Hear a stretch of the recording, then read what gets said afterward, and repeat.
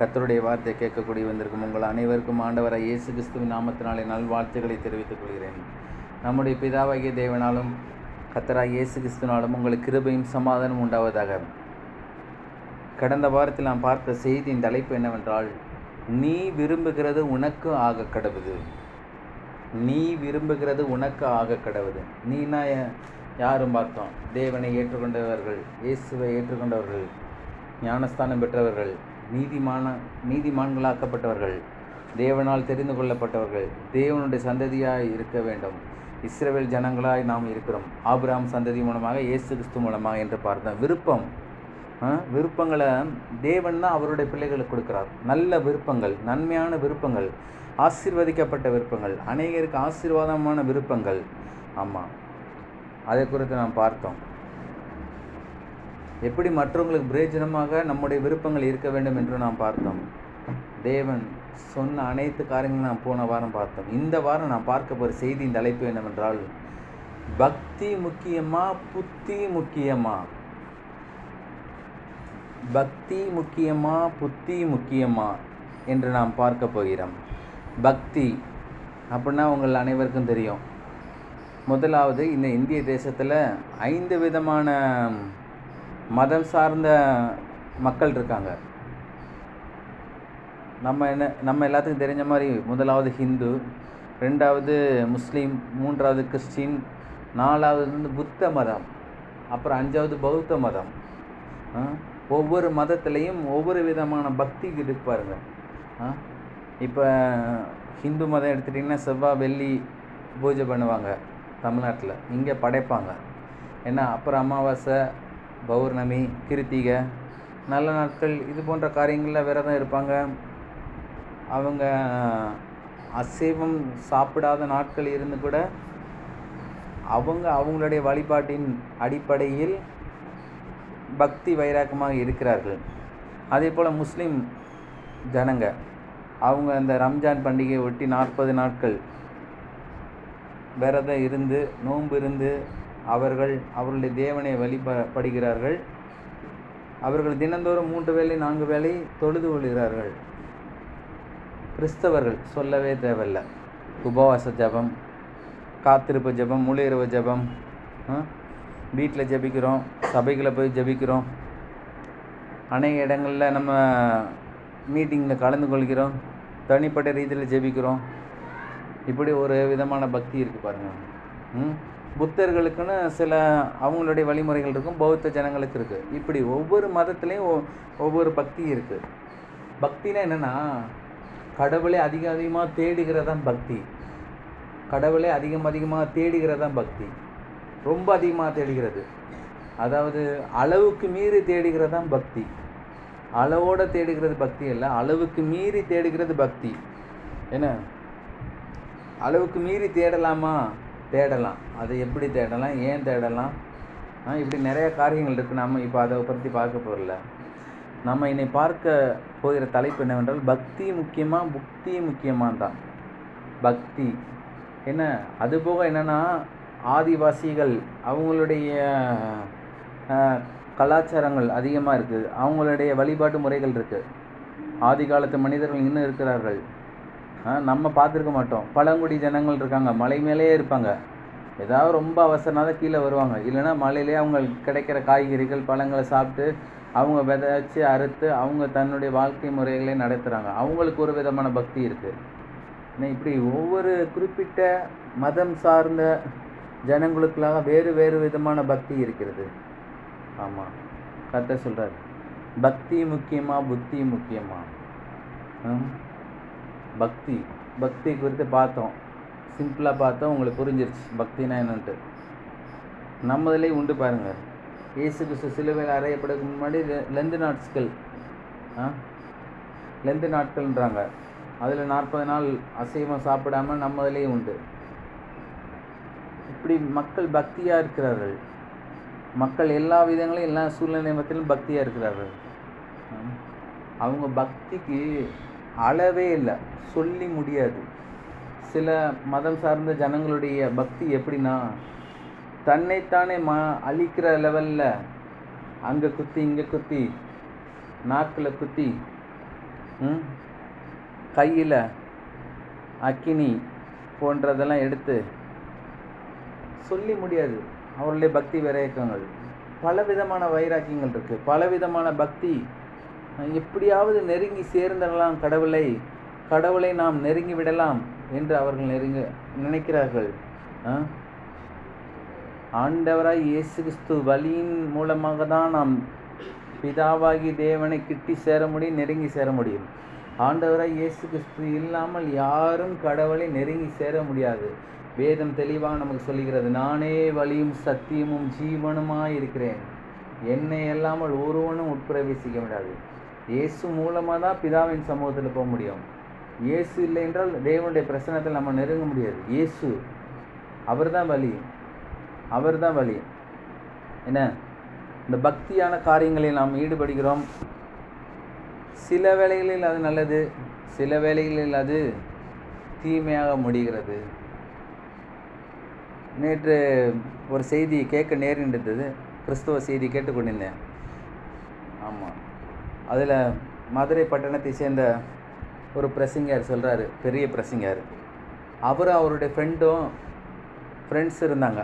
ஆரம்ப காலகட்டங்களில் பல வருடங்களுக்கு முன்பதாக 40 நாள் உபவாசம் இருந்தாங்களா, 40 நாள் 41 நாள் இருந்தாங்களா. கடைசியில் பார்த்திங்கன்னா அந்த உபவாசம் முடிகிற ஸ்டேஜில் குடல் ஒரு விதமான பரண்டுருச்சு அப்படின்றாங்க குடல். கடைசியில் பார்த்திங்கன்னா வயிற்று வலி. இன்னும் ஊழியம் பண்ணிக்கிட்டு இருக்காங்க. அந்த காலத்தில் 40 நாள் 41 நாள் செய்ததில் குடல் பிறந்து இன்னும் வயிற்று வலியோடு தான் ஊழியம் பண்ணிக்கிட்டு இருக்காங்க. இன்னும் வாழ்ந்துக்கிட்டு தான் இருக்காங்க. கர்த்தர் என்ன சொல்கிறாரோ நாம் அதன்படி செய்யணும்.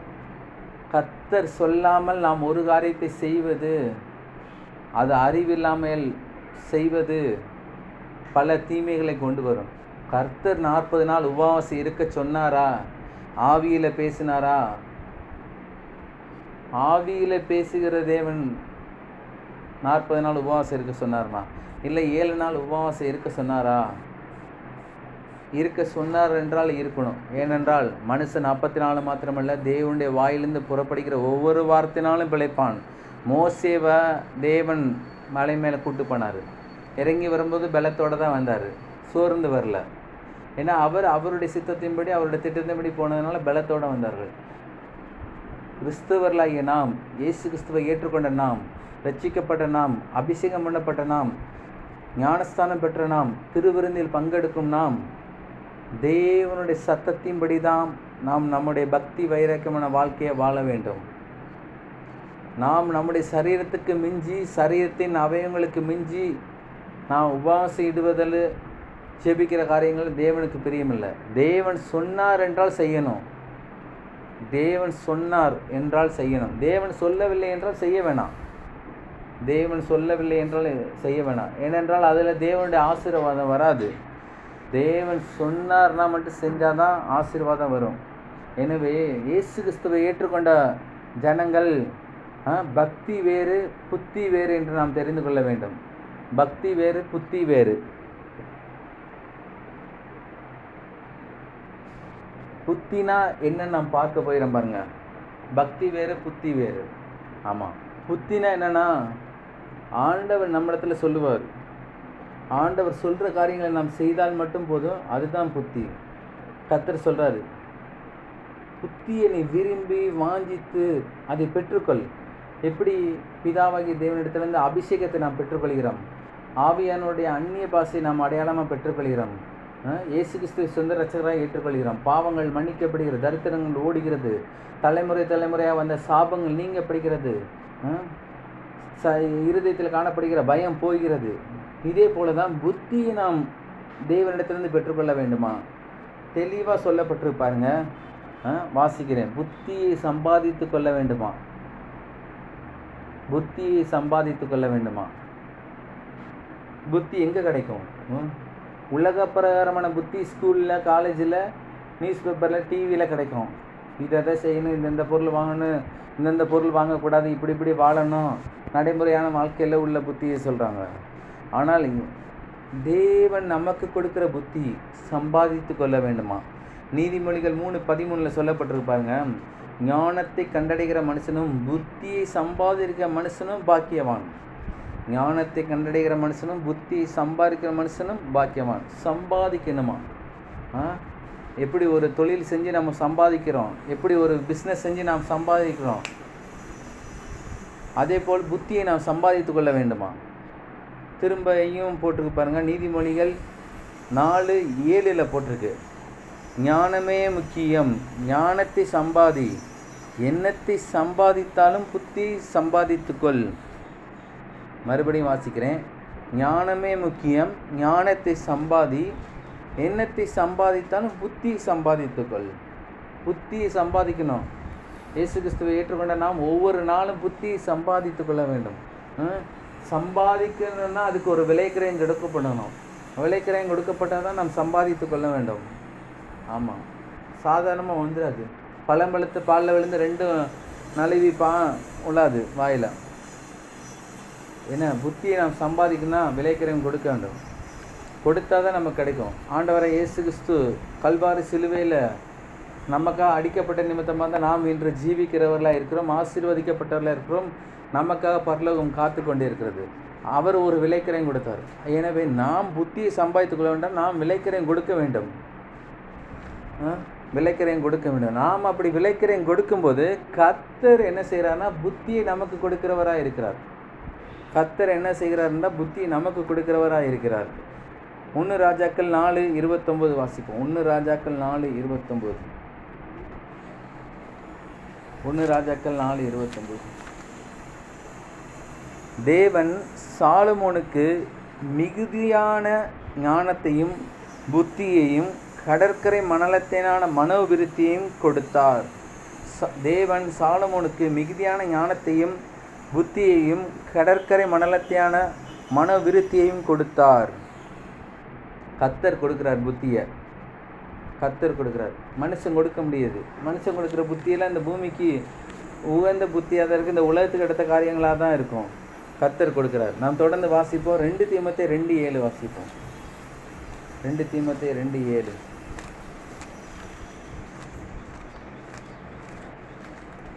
2 தீமோத்தேயு 2:7.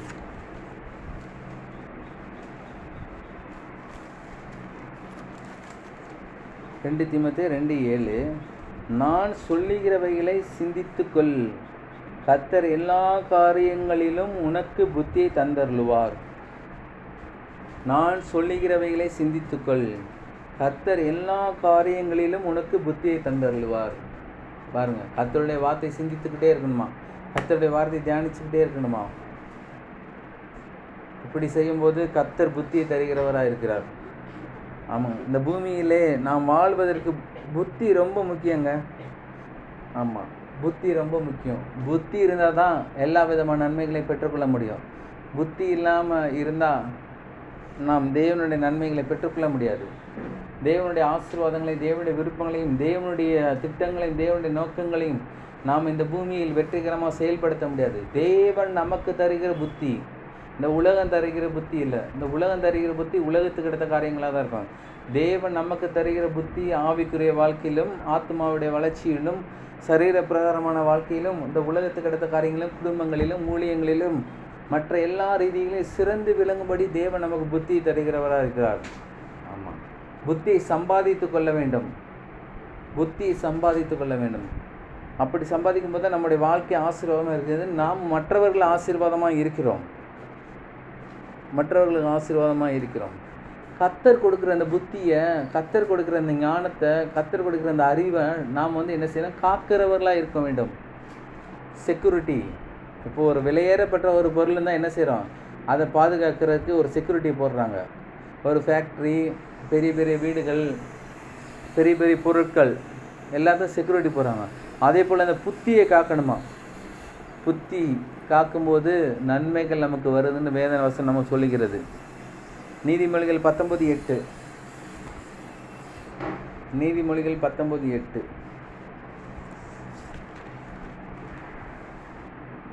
ஞானத்தை பெற்றுக்கொள்கிறவன் தன் ஆத்துமாவை சிநேகிக்கிறான், புத்தியை காக்கிறவனோ நன்மை அடைவான். ஞானத்தை பெற்றுக்கொள்கிறவன் தன் ஆத்மாவை சிநேகிக்கிறான், புத்தியை காக்கிறவனோ நன்மை அடைவான். புத்தியை காக்கணுமா? எதை காத்தால் நாம் புத்தியை காக்கணும்? நன்மை. நன்மைன்னு என்ன? சுகம், ஆசீர்வாதம், செழிப்பு, பலன், நம்பிக்கை, கிருபை, தயவு, காருண்யம், இப்படிப்பட்ட எல்லா காரியங்களும் பாருங்கள். எல்லா நன்மைகளும் நமக்கு வரணும். தேவன் நமக்கு வைத்திருக்க எல்லா நன்மைகளும் வர வேண்டாம். புத்தியை நாம் காப்பாற்றிக் கொள்ள வேண்டும். புத்தியை நாம் காக்கிறவர்களாக இருக்க வேண்டும். இந்த புத்தியை என்ன செய்யணும்னா, தேவன் சார்ந்த காரியங்களை மட்டும்தான் ஈடுபடணும். ஆமாம், தேவன் சார்ந்த காரியங்களை மட்டும்தான் ஈடுபடணும்.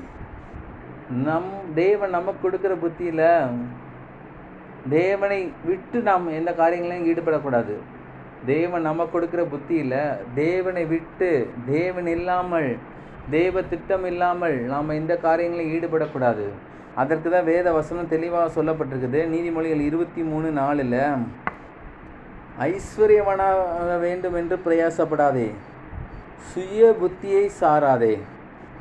நீதிமொழிகள் 23:4 ஐஸ்வர்யவானாக வேண்டுமென்று பிரயாசப்படாதே, சுய புத்தியை சாராதே.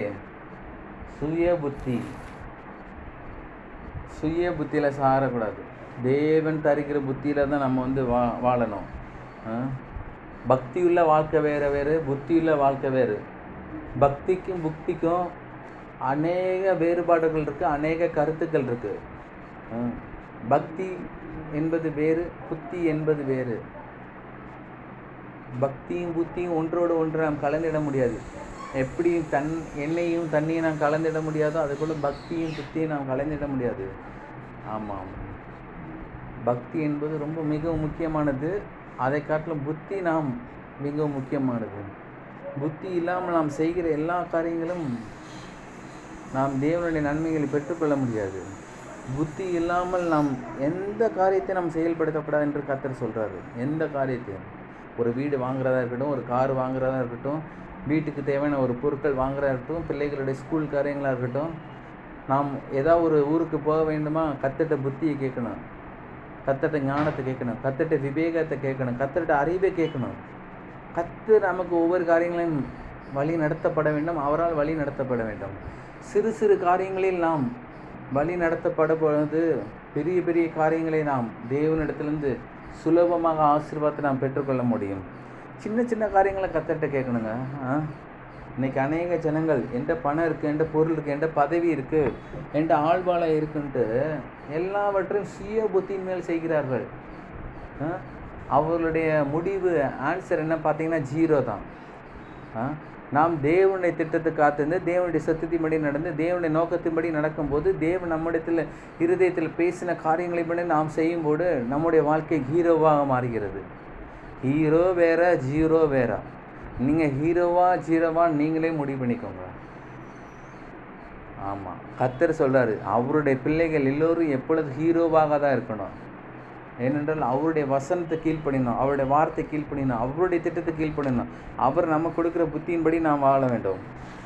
ஆமாம், இந்த பூமியில் வாழ்வதற்கு ஞானம் மிகவும் முக்கியமாக இருக்கிறது. ஞானம் முக்கியமாக இருக்குது. அந்த ஞானமே எப்படி வருதுன்னா புத்தியின் மூலமாக தான் வருதா. புத்தி இல்லாமல் ஞானம் வராதுங்க. புத்தி இல்லாமல் ஞானம் வராது. புத்தி வேணும், ரொம்ப புத்தி வேணும். இந்த வாரம் முழுவதும் கர்த்தர் நமக்கு பேச வேண்டிய காரியங்கள் என்னென்னா, பேசுகிற காரியங்கள் என்னென்னா, ஆண்டவரே நீர் எனக்கு பக்தியை தராதிரும், எனக்கு புத்தியை தாங்க ஆண்டவரே அப்படின்னு நம்ம ஜெபிக்கிறோம். ஒவ்வொரு காரியங்களையும், ஒவ்வொரு சூழ்நிலை மத்தியில் நம்ம புத்தியை கேட்கணும். பக்தியை கேட்க தேவையில்லைங்க. பக்தி ஆட்டோமேட்டிக்காக சரீர பிரகாரமாக விருத்தி அடையும். ஆனால் புத்தி கர்த்தரிடத்துலேருந்து வரும், கர்த்தருடைய சத்தத்தின்படி வரும். எனவே நாம் புத்தியை நாம் பெற்றுக்கொள்ளணும். புத்தியை பெற்றுக்கொள்ளணும். புத்தியின் மூலமாக கர்த்தர் என்ன சொல்கிறாரு? ஞானமே நம்ம இடத்துல வருகிறது. ஞானமே நம்ம இடத்துல வருது. நீதிமொழிகள் 8:33. நீதிமொழிகள் 8:33. நீதிமொழிகள் புஸ்தகம் ஃபுல்லாக ஞானம், அறிவு, புத்தி இப்படிப்பட்ட காரியங்களை குறித்து அதிகமாக போட்டுருக்கு பாருங்கள். நீதிமொழிகள் 8:33. நீங்கள் புத்தியை கேட்டு ஞானம் அடையுங்கள். நீங்கள் புத்தியை கேட்டு ஞானம் அடையுங்கள், அதை விட்டு விலகாதிருங்கள். அதை விட்டு விலகாதிருங்கள். கர்த்தர் சொல்கிறார், அதை விட்டு விலகாதிருங்கள். எனவே ஒரு ஞானம் ஒரு மனுஷனுக்குள்ளே உண்டாங்கன்னா புத்தியை கேட்டு நாம் ஞானத்தை பெற்றுக்கொள்ளணும் தேவனிடத்தில், தேவனுடைய சமூகத்தில். ஆமாம், பக்தி என்பது வேறு, புத்தி என்பது வேறு. ஆமாம், பக்தி நாம் ஜெபிக்கிறவர்களாக இருக்கிறோம். ஜெபிக்கும்போது ஜெபத்திலே தேவனுடைய வார்த்தை என்கிற புத்தி இல்லாவிட்டால் அந்த ஜெபம் வீண். ஜெபிக்கும்போது ஜெபத்திலே தேவனுடைய வார்த்தை என்கிற புத்தி இல்லாவிட்டால் அது வீண். எனவே ஜெபத்தில் நாம் எப்பொழுதும்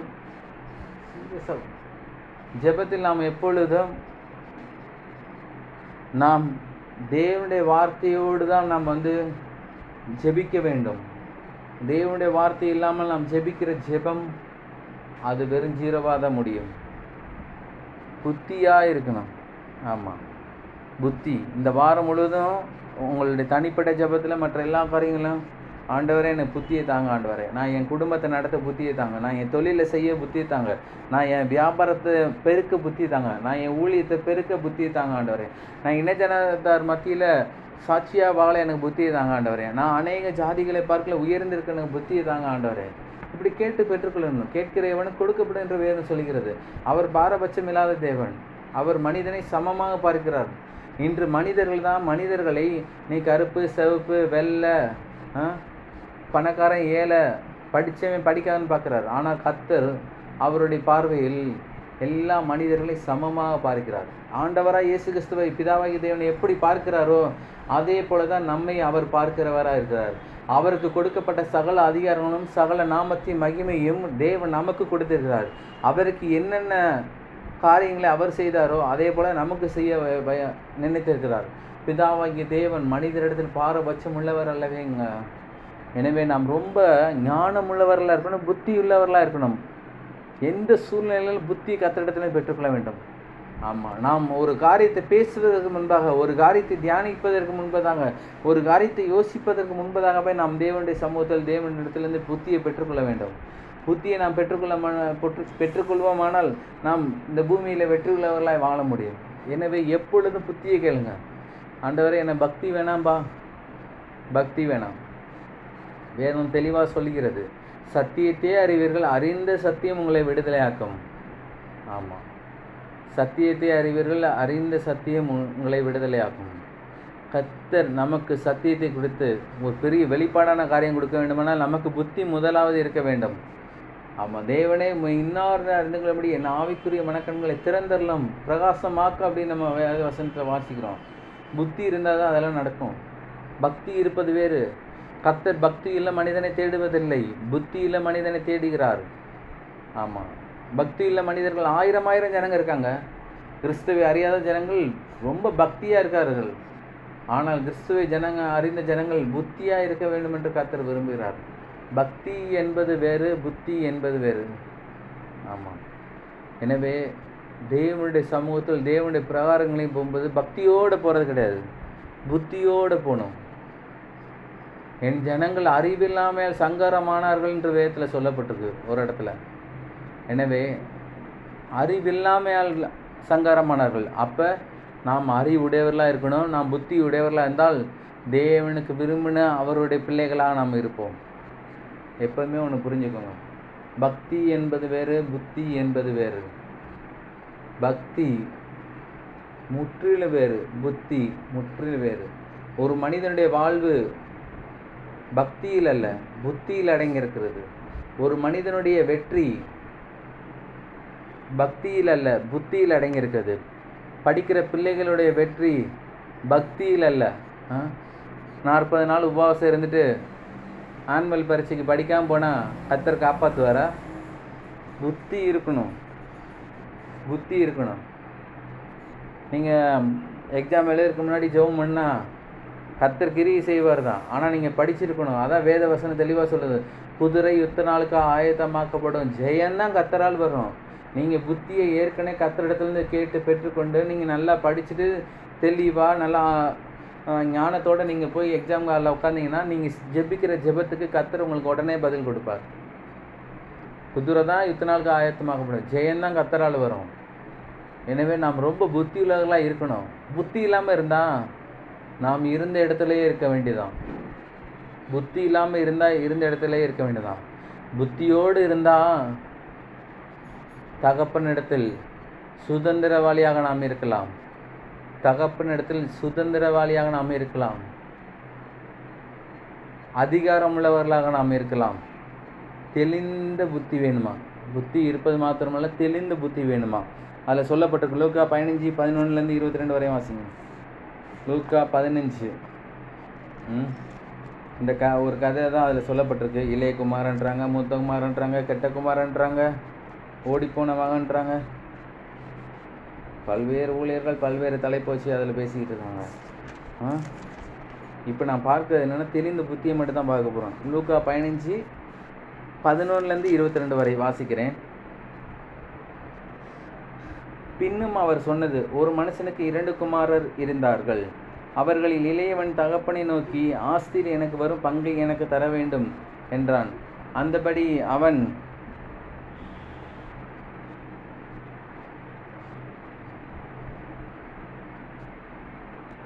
அவர்களுக்கு தன் ஆஸ்தியை பங்கிட்டு கொடுத்தான். சில நாளைக்கு பின்பு இளைய மகன் எல்லாவற்றையும் சேர்த்து கொண்டு தூர தேசத்துக்கு புறப்பட்டு போய் அங்கே துன்மார்க்கமாய் ஜீவனம் பண்ணி தன் ஆஸ்தியை அழித்து போட்டான். எல்லாவற்றையும் அவன் செலவழித்த பின்பு அந்த தேசத்திலே கொடிய பஞ்சம் உண்டாயிற்று.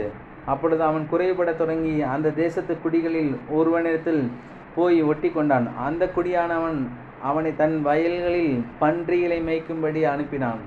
அப்பொழுது பன்றிகள் தின்கிற தவிட்டினாலே தன் வயிற்றை நிரப்ப ஆசையாயிருந்தான். ஒருவனும் அதை அவனுக்கு கொடுக்கவில்லை. அப்பொழுது அவனுக்கு புத்தி தெளிந்த போது, 17ஆம் வசனத்தில் சொல்லப்பட்டிருப்பாங்க, அவனுக்கு புத்தி தெளிந்த போது, என் தகப்பனுடைய கூலிக்காரர் எத்தனையோ பேருக்கு பூர்த்தியான சாப்பாடு இருக்கிறது, நானோ பசியினால் சாகிறேன். நான் எழுந்து என் தகப்பனிடத்துக்கு போய், தகப்பனே, பரத்துக்கும் விரோதமாகவும் உமக்கு முன்பாக பாவம் செய்தேன். இனிமேல் உம்முடைய குமாரன் என்று சொல்லப்படுவதற்கு நான் பாத்திரன் அல்ல. உம்முடைய கூலிக்காரரில் ஒருவனாக என்னை வைத்துக்கொள்ளும் என்பேன் என்று சொல்லி எழுந்து புறப்பட்டு தன் தகப்பனிடத்துக்கு வந்தான். அவன் தூரத்திலே வரும்போது அவனுடைய தகப்பன் அவனை கண்டு மனதுருகி ஓடி அவன் கழுத்தை கட்டிக்கொண்டு அவனை முத்தம் செய்தான். குமாரன் தகப்பனை நோக்கி, தகப்பனே, பரத்துக்கு விரோதமாகவும் உமக்கு முன்பாகவும் பாவம் செய்தேன். இனிமேல் உம்முடைய குமாரன் என்று சொல்லப்படுவதற்கு நான் பாத்திரன் அல்ல என்று சொன்னான். அப்பொழுது தகப்பன் தன் ஊழியக்காரரை நோக்கி, நீங்கள் உயர்ந்த வஸ்திரத்தை எடுத்து கொண்டு வந்து இவனுக்கு உடுத்தி இவன் கைக்கு மோதிரத்தையும் கால்களுக்கு பாதரட்சணை போடுங்கள். கொளுத்த கன்றை கொண்டு வந்து அடியுங்கள், நாம் புசித்து சந்தோஷமாய் இருப்போம். அடுத்த வசனம் சொல்லப்பட்டு பாருங்க. என் குமாரனாகி இவன் மரித்தான், திரும்ப உயிர்த்தான், காணாமற் போனான், மிகவும் காணப்பட்டான் என்றான். அப்படியே அவர்கள் சந்தோஷப்பட தொடங்கினார்கள். இதில் தெளிவாக சொல்லப்பட்டிருக்கு 17ஆம் வசனத்தில். இந்த கதை உங்கள் அனைவருக்குமே தெரியும். பல வருடங்கள் பல ஊழியக்காரர்களுடைய சபைகளை நாம் கேட்டிருக்கோம். இளைய குமாரன் மூத்த குமாரன் கதை. ஒரு குடும்பத்தில் 2 பேர் இருந்தாங்களா? அந்த குடும்பத்தில் இளைய குமாரன் ரொம்ப படித்தவனாக இருப்பான் போல, ரொம்ப அறிவாளி. அதனால் தன் தகப்பனிடத்தில் போய் ஆஸ்தி சரிசமமாக வாங்கிட்டு தூர தேசத்துக்கு, பக்கத்தில் இருந்தால் என்ன நடக்கும் ஏது நடக்குது தெரிஞ்சுட்டு தூர தேசத்துக்கு போய் துன்மார்க்கமாக வாழ ஆரம்பிச்சிட்டான்.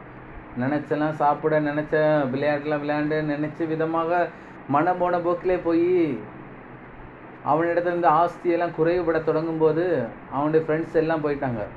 கடைசியில் இவன் எல்லாம் ஆஸ்தி எல்லா விதமான பணமும் இழந்த பிறகு என்ன செஞ்சானா, கடைசியில் அங்கே இருக்கிற அந்த தேசத்தில் இருக்கிற ஒரு வயல்வெளி நிறைந்த ஒரு முதலாளிகிட்ட போய் வேலை செய்யலாம். அங்கே பார்த்தா பன்றிகள் மேய்க்க வேலை தான் இருக்கா. யாருக்கெல்லாம் பன்றிகள் மேய்க்க வேலை இஷ்டம்? எனக்கெல்லாம் இஷ்டம் இல்லைப்பா, அது நார். இங்கே இருக்க யாருக்கா இஷ்டம் இருக்கா? இஷ்டம் இருக்கக்கூடாது. ஏன்னா பன்றிகள் மேய்க்கும்படி வேலைக்கு போகிறான். அங்கே போனால் பன்றிகள் சாப்பிடக்கூடிய அந்த தவிட திங்க ஆசைப்படுறான். ஏனென்றால் பசி. பன்றிகளுக்கு நிறையா இருக்குது, பன்றிகள் பூரணமாக சாப்பிடுது. ஆனால் இனிமேல் அதில் கொஞ்சம் எடுத்து சாப்பிட ஆசைப்பட்றான். அந்த எஜமா இளையகுமாரன் திட்டுறாரு. அப்போ தான் அவனுக்கு புத்தி தெளியுது. 17ஆம் வசனத்தை போட்டிருக்கு. அவனுக்கு புத்தி தெளிந்த போது அவன், என் தகப்பனுடைய கூலிக்காரர் எத்தனையோ பேருக்கு பூர்த்தியான சாப்பாடு இருக்கிறது, நானும் பசினால் சாகிறேன். புத்தி இருக்கணுமா, பக்தி இருக்கக்கூடாது. ஆண்டவரே என்னை காப்பாற்றும், என்னை போசியும், என்னை வழி நடத்தும். ஏன்னா அந்த இடத்துல பக்தி தேவையில்லை, புத்தி தான் தேவை. அதுவும் தெளிந்த புத்தி தான் தேவை. தெளிந்த புத்தி என்ன? அவன் சிறு வயது முதல் இளைய குமாரனாகும் வரை, வாலிப வயது வரும் வரை தன் தகப்பனுடைய ஊழியக்காரர்கள், வேலைக்காரர்கள் அனைவரும் பூர்த்தியாக சாப்பிடுகிறத இவன் கண்ணால் கண்டிருக்கான். அதனால தான் இவன் போய் தன் தகப்பன் இடத்துல போய், நான் இனிமேல் இளையகுமாரன்ற ஸ்தானத்தில் வரல, நான் உங்களுடைய ஊழியக்காரர் வேலைக்காரரில் ஒருவராக நான் வர்றேன் அப்படின்னு சொல்கிறான். ஆனால் அந்த தகப்பன் இளையகுமாரனுக்கு மீண்டும் வஸ்திரத்தை கொடுத்து அதிகாரத்தை கொடுத்து ஆளுகை கொடுத்தார். ஆனால் புத்தி தெளியணும். புத்தி தெரியலனா அவன் பன்றிகள் மேய்க்கிற இடத்துல தான் இருப்பான், அசுத்தமான இடத்துல தான் இருப்பான், முன்னேற்றம் இல்லாத இடத்துல தான் இருப்பான். ஆனால் புத்தி தெளிந்த போது தேவன் நியமித்த அதிகாரங்களையும் ஆளுகையும் உயர்ந்த வஸ்திரங்களையும் தேவன் உண்டு பண்ணி வைத்திருக்கிற நன்மைகளையும் பெற்றுக்கொள்ள முடியும். ஆமாம், தேவனுடைய நன்மைகளை காக்கணும்னா தேவனுடைய புத்தி நமக்கு வேணுன்ற நம்ம படித்தோம் பாருங்கள். எல்லா விதங்களிலும் அப்படி தான். பக்தி இருக்கணும், புத்தி இருக்கணும்.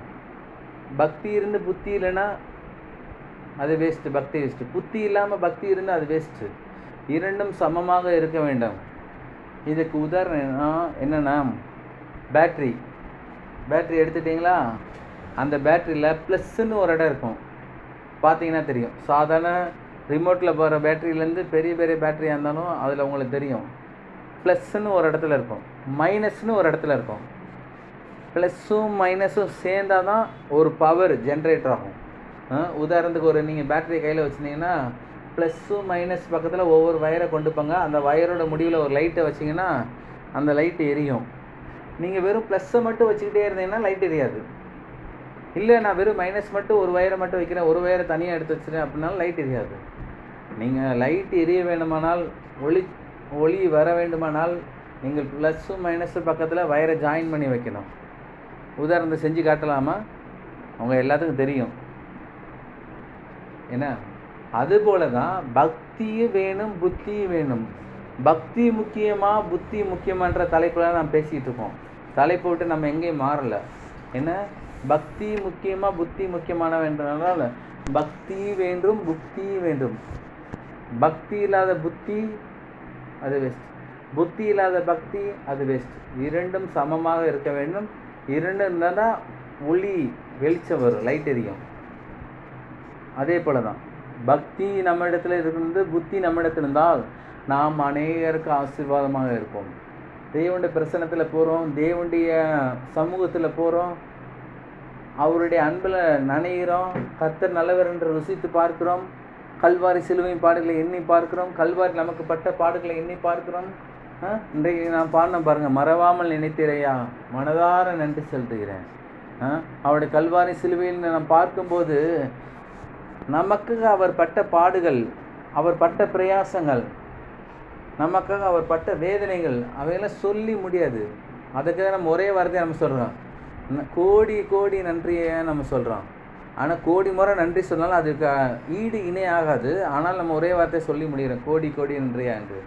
எப்பொழுதுமே உள்ளத்தின் ஆழத்துலேருந்து ஆண்டவரே எனக்கு பக்தியும் தாங்க, புத்தியும் தாங்க, ரொம்ப தெளிவான ஒரு வாழ்க்கையை வாழ எனக்கு உதவி செய்யுங்க, நான் தெளிவான ரீதியில் நான் ஒரு தொழில் நடத்த எனக்கு உதவி செய்யுங்க, தெளிவான ரீதியில் என் வியாபார ஸ்தலங்களை நான் வெற்றி பெற உதவி செய்யுங்க, தெளிவான ரீதியில் என் குடும்ப வாழ்க்கை வெற்றி பெற உதவி செய்யுங்க, தெளிவான ரீதியில் பிள்ளைகளுக்கும் பெற்றோர்களுக்கும் ஒரு அந்நியமான ஐக்கியத்தை உண்டு பண்ண உதவி செய்யுங்க, என் குடும்பத்தை ஆசீர்வதிங்க, என் பிள்ளைகளை ஆசீர்வதிங்க, நான் கையிட்டு செய்கிற எல்லா தொழிலையும் ஆசீர்வதிங்க. இவையெல்லாம் நாம் கேட்க வேண்டும், விரும்ப வேண்டும். விரும்புகிறவனுக்கு கொடுக்கப்படும் என்று நான் போன வாரத்தில் பார்த்தோம். இவையெல்லாம் விரும்ப வேண்டும். விரும்பும் போது தான் கர்த்தர் ஆசீர்வதிக்கிறவராக இருக்கிறார், கர்த்தர் உயர்த்துகிறவராக இருக்கிறார். இந்த வாரம் நாம் என்ன பார்த்தோம் என்றால், பக்தி முக்கியமாக புத்தி முக்கியமாக நாம் பார்த்தோம். பக்தியும் முக்கியம்தான், புத்தியும் முக்கியம்தான். எல்லா ஆவிக்குரிய காரியங்கள் நீங்கள் எடுத்துக்கிட்டீங்கனாலே புத்தி முதலாவது வருகிறது, புத்தி முதலாக வருகிறது. தேவன் அவருடைய திட்டங்களையும் தீர்மானங்களையும் பக்தியில் கொடுக்கிறவர் அல்ல, புத்தியின் ரீதியில் அவர் நமக்கு கொடுக்கிறவராக இருக்கிறார். புத்தி. எனவே இந்த வாரம் முழுவதும் நீங்கள் கர்த்தரிடத்தில் அவருடைய சமூகத்தில் நீங்கள் இருந்து கேட்க வேண்டியது, ஆண்டவரே உம்முடைய சமூகத்தில் சேர என்ன பக்தியை தாங்க ஆண்டவரே. ஆனால் இந்த உலகத்தில் நான் ஒரு வெற்றியுள்ள ஒரு மனிதனாக வாழ எனக்கு உம்முடைய புத்தியை தாங்க ஆண்டவரே நாம் கேட்க வேண்டும். இப்படி கேட்டு பெற்றுக்கொள்ளும்போது தேவன் நமக்கு அளவில்லாமல் அவருடைய காரியங்களை நடப்பிக்கிறார். நம்முடைய இருதயத்தின் ஆழத்திலிருந்து நம்முடைய சித்தத்தின்படி நம்முடைய திட்டத்தின்படி இந்த பூமியில் அநேக காரியங்களை ஆசீர்வாதமாக தேவன் நம்ம மாற்றுகிறார். நாமும் ஆசீர்வதிக்கப்பட்ட அநேக ஜனங்களும் ஆசீர்வதிக்கப்பட்டிருப்போம். எனவே இளைய குமாரன் போல புத்தி இல்லாமல் இருக்கக்கூடாது. இளைய குமாரனுக்கு ஒரு காலகட்டத்தில் தெளிந்த புத்தி வந்தது போல நாமும் புத்தி உள்ளவர்களாக இருக்க வேண்டும். ஒருவேளை நம்முடைய சூழ்நிலை மாறுபாடாக இருக்கலாம். நம்முடைய சூழ்நிலை ஒருவேளை அது குறைவுபட்டு கொண்டிருக்கலாம், அது நிறைவில்லாமல் இருக்கலாம், அது தோல்வியாக இருக்கலாம், அதுக்கு முடிவே இல்லாமல் இருக்கலாம். ஆனால் முடிவை உண்டு பண்ணுகிறவர் கர்த்தர், தொடக்கத்தை ஆரம்பிக்கிறவர் கர்த்தர், முடிவை கொடுக்கிறவர் கர்த்தர் தான். எனவே எல்லா ரீதிகளிலும் இந்த வாரம் முழுவதும் ஜெபிக்கும்போது ஆண்டவரே பக்தியை தாங்கப்பா, புத்தியை தாங்கன்னு ஜெபிங்க. ஜெபிக்க கர்த்தர் உங்களுக்கு ஆற்று மணலை போல, கடற்கரை மணலை போல அளவில்லாத ரீதியில் தேவன் புத்தியை கொடுக்கிறவராக இருக்கிறார். கர்த்தர் நல்லவர். இந்த ஆசீர்வதிக்கப்பட்ட இந்த வாரத்தில் கர்த்தர் நம்முடைய பேசின காரியம் என்னவென்றால் புத்தி தேவன் தான் கொடுக்கணும்.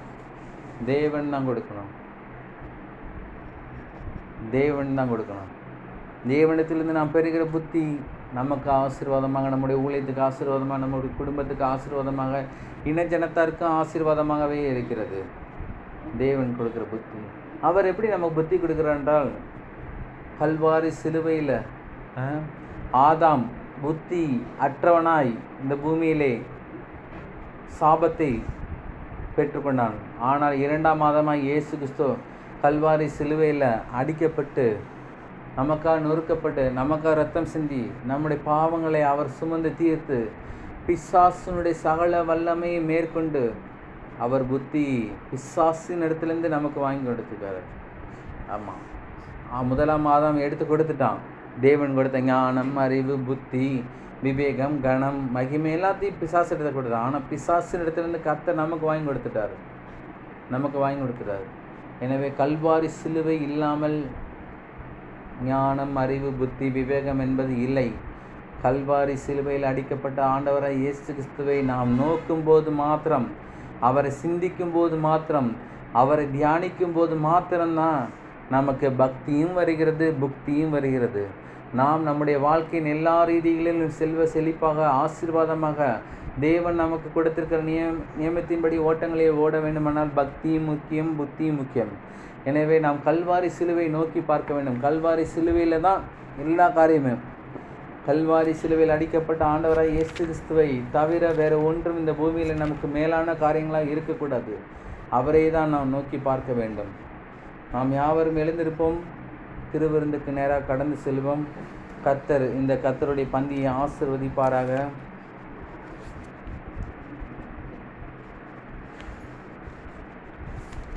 திருவிருந்து பகுதி 1 கொரிந்தியர் 9, 1 கொரிந்தியர் 11, 22 முதல் 33 வரை வாசிக்கிறேன். திருவிருந்து பகுதி 1 கொரிந்தியர் 11, 22 முதல் 33 வரை வாசிக்கிறேன். வாசித்து முடித்து திருவிருந்து பகுதியில் நாம் பங்கு பெறுவோம்.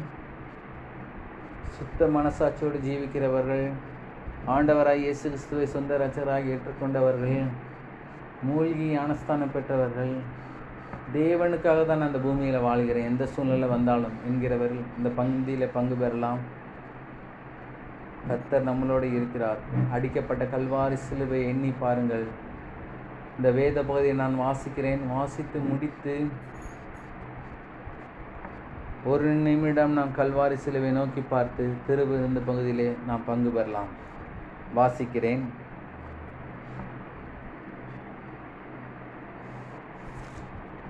நான் உங்களுக்கு ஒப்புவித்ததை கர்த்தரிடத்தில் பெற்றுக்கொண்டேன். என்னவெனில், கர்த்தராகிய இயேசு கிறிஸ்து நான் காட்டிக் கொடுக்கப்பட்ட அன்று ராத்திரியிலே அப்பத்தை எடுத்து ஸ்தோத்திரம் பண்ணி அதை பிட்டு, நீங்கள் வாங்கி புசியுங்கள், இது உங்களுக்காக பிற்கப்படுகிற என்னுடைய சரீரமாய் இருக்கிறது, என்னை நினைவு கூறும்படி இதை செய்யுங்கள் என்றார். போஜன பண்ணின பின்பு அவர் அந்தபடியே பாத்திரத்தை எடுத்து, இந்த பாத்திரம் என் இரத்தத்தினாலாகிய புதிய உடன்படிக்கையாக இருக்கிறது, நீங்கள் இதை பானம் பண்ணும் போதெல்லாம் என்னை நினைவு கூறும்படி இதை செய்யுங்கள் என்றார். ஆகையால் நீங்கள் இந்த அப்பத்தை எடுத்து அப்பத்தை புசித்து இந்த பாத்திரத்தில் பானம் பண்ணும் போதெல்லாம் கர்த்தர் வருமளவும் அவருடைய மரணத்தை தெரிவிக்கிறீர்கள். இப்படி இருக்க, எவன் அபாத்திரமாய் கர்த்தருடைய அப்பத்தை புசித்து கர்த்தருடைய பாத்திரத்தில் பானம் பண்ணுகிறானோ அவன் கர்த்தருடைய சரீரத்தையும் இரத்தத்தையும் குறித்து குற்றமுள்ளவனாய் இருக்கிறான். எந்த மனுஷனும் தன்னைத்தான் சோதித்தறிந்து இந்த அப்பத்தில் புசித்து இந்த பாத்திரத்தில் பானம் பண்ண கடவன். எண்ணத்திலானவனில் அபாத்திரமாய் போஜன பண்ணுகிறவன் கர்த்தருடைய சரீரம் என்னதென்று நிதானித்தறியாததினால் தனக்கு ஆக்கினை தீர்ப்பு வரும்படி போஜன பானம் பண்ணுகிறான். இது நிமித்தம் உங்களில் அநேகர் பலவீனரும் வியாதியுள்ளவருமாய் இருக்கிறீர்கள், அநேகர் நித்திரையும் அடைந்திருக்கிறீர்கள். நம்மை நாமே நிதானித்து அறிந்தால் நாம் நியாயந்திருக்கப்பட்டோம். நாம் நியாயந்திருக்கப்படும் போது உலகத்தோட ஆக்கினிக்குள்ளாக தீர்க்கப்படாதபடிக்கு கர்த்தராலே சிட்சிக்கப்படுகிறோம். ஆகையால் என் சகோதரரே, நீங்கள் போஜனம் பண்ண கூடி வரும்போது ஒருவருக்காக ஒருவர் காத்திருங்கள். கண்களை மூடி கல்வாரி சிலுவை நோக்கி பாருங்கள். கர்த்தர் உங்களுக்காக இந்த பந்தியை ஆயத்தம் பண்ணி இருக்கிறார். கர்த்தர் உங்களுக்காக அவர் தம்முடைய சரீரத்திலே எல்லா விதமான பலிகளையும் வேதனைகளையும் சுமந்து தீர்த்தார். அவருடைய கல்வாரி சிலுவை இல்லாமல் திருவிருந்து ஒன்று இல்லை. எல்லாம் அவர் மூலமாய் வருகிறது. அவராலே நாம் பெற்றுக்கொள்கிறோம். திருவிருந்து என்பது மாதத்தில் ஒரு முறை கொடுப்பது சடங்காச்சாரம் அல்ல. ஒவ்வொரு நாளும் நாம் பெற்றுக்கொள்ளலாம். ஏனென்றால் ஒவ்வொரு நாளும் நாம் கல்வாரி சிலுவை தியானிக்கும்படியாக கர்த்தர் விரும்புகிறார். ஆனால் நேரம் காலம் நம் குறைவாக இருப்பதனால தான் நம்ம மாதத்துக்கு ஒரு முறை நாம் எடுத்துக்கொள்கிறோம். பல விதமான வேலைகள் இருக்கிறதுனால. எனவே இந்த அப்பத்தை எடுத்து புசிக்கும்போது கர்த்தருடைய சரீரத்தை நாம் புசிக்கிறவர்களாக இருக்கிறோம். இந்த திராட்சரசத்தை நாம் பண்ணும்போது நாம் கர்த்தருடைய இரத்தத்தை பானம் பண்ணுகிறவர்களாக இருக்கிறோம். அவருடைய சரீரமும் அவருடைய இரத்தமும் நம்முடைய சரீரத்துக்குள்ளே போகும்போது சரீரத்தில் காணப்படுகிற எல்லா விதமான வியாதிகள், சொல்லி முடியாத வியாதிகளாக இருக்கலாம், எண்ணி முடியாத வியாதிகளாக இருக்கலாம், எல்லா விதமான வியாதிகளும் அவருடைய சரீரத்துக்குள்ளாக இரத்தத்துக்குள்ளாக பரிபூர்ணமான சுகத்தை கட்டளையிடுகிறதா இருக்கிறது. விசுவாசம் வேணுங்க. விசுவாசம் இல்லாமல் அப்பத்தையும் திராட்சரசத்தையும் நாம் பானம் பண்ணுவது வெறுமையாக இருக்கும். தேவன் என்னை சுகப்படுத்துவார், அவர் சுகமாக்குகிறவராக இருக்கிறார், அவர் என்னை பூரண சுகப்படுத்துவார், என் ஆயுசு நாட்களை பெருக பண்ணுவார். இப்பேற்பட்டான ஒரு பெரிய வெளிப்பாடு நமக்கு கிடைத்து நாம் பருவோம். கர்த்தர் அப்பத்தையும் திராட்சரசத்தையும் ஆசீர்வதித்து அவருடைய சரீரமாகவும் அவருடைய இரத்தமாகவும் நமக்கு மாற்றி கொடுக்க அவர் நல்லவரும் வல்லவரும் உண்மையுள்ளவரும் நித்தியமானவருமாய் இருக்கிறார். நாம் அப்பத்தையும் திராட்சரசத்தையும் புசிப்போம்.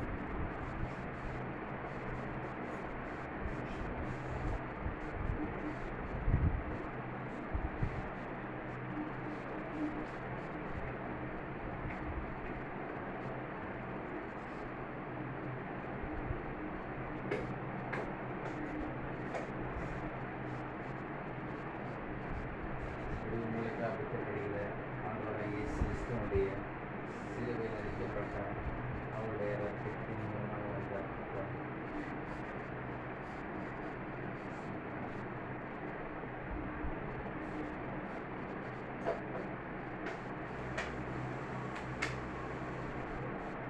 உங்களுக்காக சிந்தப்பட்ட குமாரனாகிய இயேசு கிறிஸ்துவினுடைய பரிசுத்த திருரத்தம்.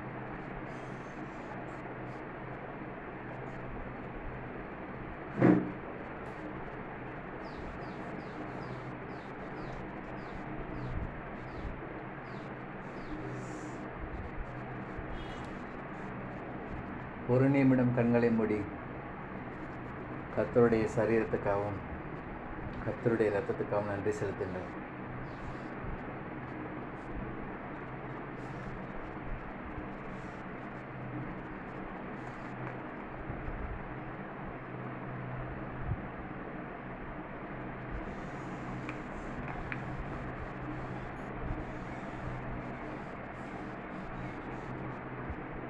ஜெபித்து முடிப்போம்.